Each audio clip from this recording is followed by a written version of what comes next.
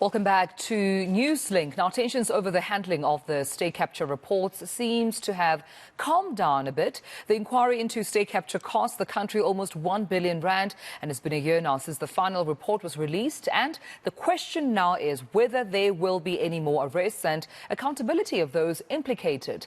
Our reporter, eNCA's Moloko Moloto, is following this story and joins me now. Malume, a very warm good morning to you. And that is the question, whether or not we'll actually see convictions and justice being served with regards to state capture and those implicated. Good morning, Tumelo Mtutwane. Well, that is a question that a lot of South Africans will certainly need answers to. But in terms of accountability, of course, we know that there's one case, the first state capture case to go on trial involving a company called New Lane, which was owned by the Gupta brothers. And we know now that those who were charged with corruption were either discharged or they were acquitted. And that case has now ended. Of course, we know the National Prosecuting Authority is appealing that decision or judgment by the Free State High Court. But today here, we are expecting to hear from the presiding officers of Parliament, specifically the Speaker of the National Assembly, Nosiviwe Mapisa Ngakula, also with Amos Masondo, who is chairperson of the other House of Parliament, specifically the National Council NCOP, National Council of Provinces. And this is following a meeting that they had in the past 2 days with the Chief Justice Raymond Zondo, following the criticism by the Chief Justice last week when he was addressing a seminar in Pretoria, where he criticized Parliament, saying that it is not doing much to implement recommendations of his State Capture Commission. And we had Parliament responding, essentially accusing Chief Justice Raymond Zondo of blurring the lines between the judiciary as well as Parliament, which we know these are two separate arms of government. Essentially, the Chief Justice was saying that he doesn't believe that these current members of Parliament, should there be another group that were to emerge and try to capture the state, he doesn't believe the current members of Parliament have what it takes to stop that possible re-emergence of state capture. This is, he's saying, because there is nothing that really shows him that they have moved in terms of implementing some of his recommendations.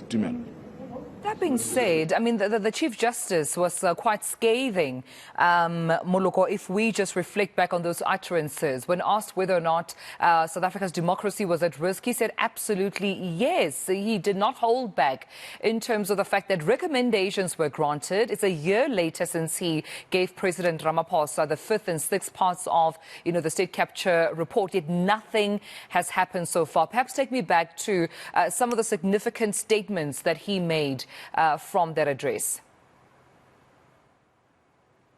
Yes, well, the Chief Justice said that state capture in South Africa happened under the watch of the Parliament as an institution, but also because the head of the state at the time, Mr. Jacob Zuma, was captured himself. He's saying that the Guptas were able to do that because the former President Jacob Zuma,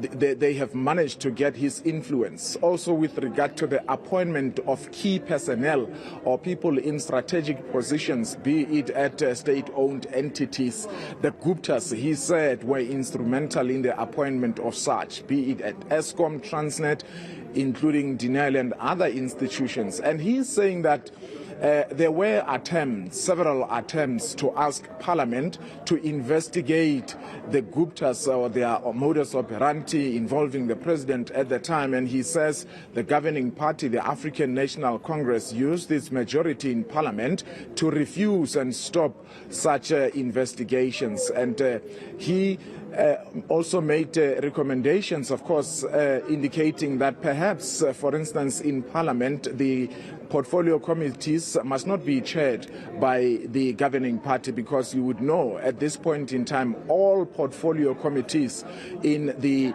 National Assembly except SCOPA, all of them are chaired by the governing party, the African National Congress. And even with regard to SCOPA, it's not that there's a law that says the chairperson of SCOPA has to come from the opposition benches. It is simply because of a convention dating back several years back. Now, the Chief Justice was simply saying that Parliament has failed to protect the people of South Africa. That is why over 58 billion rand was siphoned off by the Guptas at the time, all because they were emboldened by the fact that Parliament was not doing its job. And he asked a question to say, if Parliament cannot protect the people, who then must protect the people? To a point that he even suggested that there ought to be what he calls a standing anti-state capture commission that will operate exactly the same way his commission that he chaired would operate.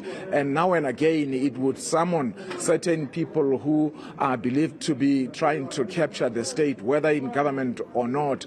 And that obviously says a lot about what he thinks as the Chief Justice about the institutions that are there, Parliament, including even the National Prosecuting Authority and other Chapter 9 institutions, saying that even the police, they were there, all of them were there when the state was captured then, and they did absolutely nothing. Of course, we are going to hear from the presiding officer any moment from now.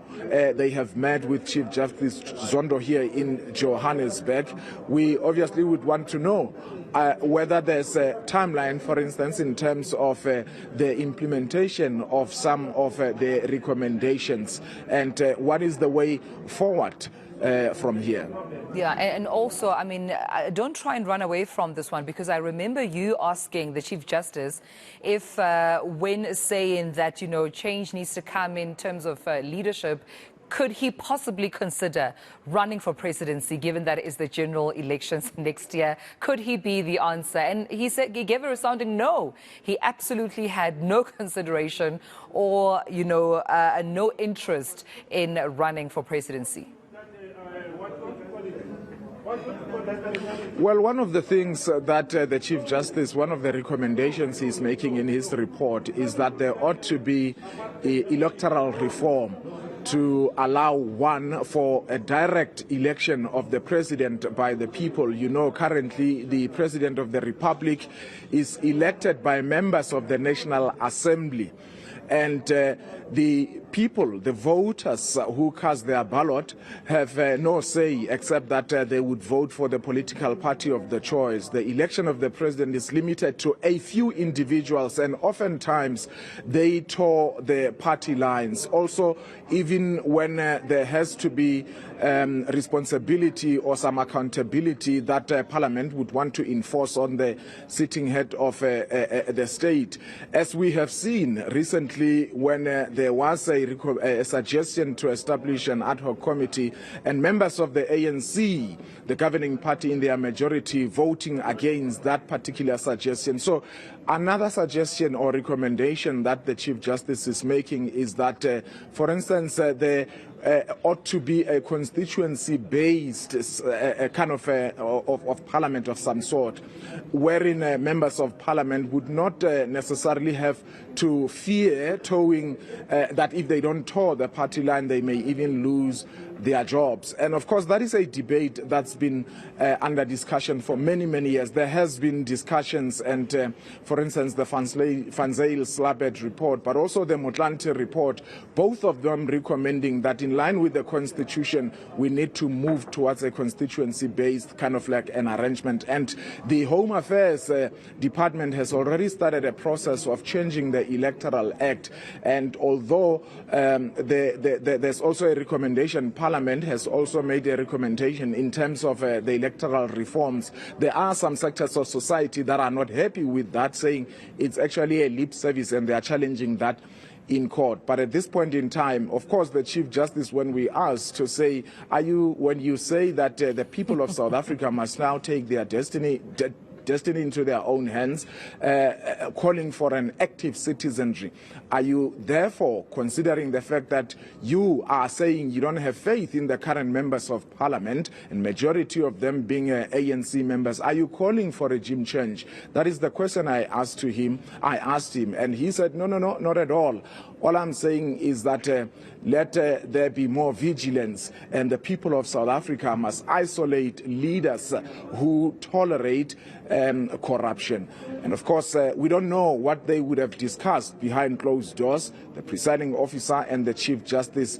We are hoping to hear. Hopefully they will go in detail to say whether the Chief Justice perhaps has retracted some of his remarks because he was scathing, or whether he's still convinced that this parliament is not showing willingness and commitment to implement some of his recommendations. We wait, of course, to hear what that feedback will sound like, colleague, and we'll leave it to you. As soon as, of course, we get word on the ground, we'll be sure to speak again and find out how that engagement went. The Chief Justice, alongside Nosifio Mapisa as the National Assembly Speaker, as well as the Chairperson of the NCOP, Amos Zondo, of course, meeting today. eNCA reporter Moloko Moloto, thank you so much for this update.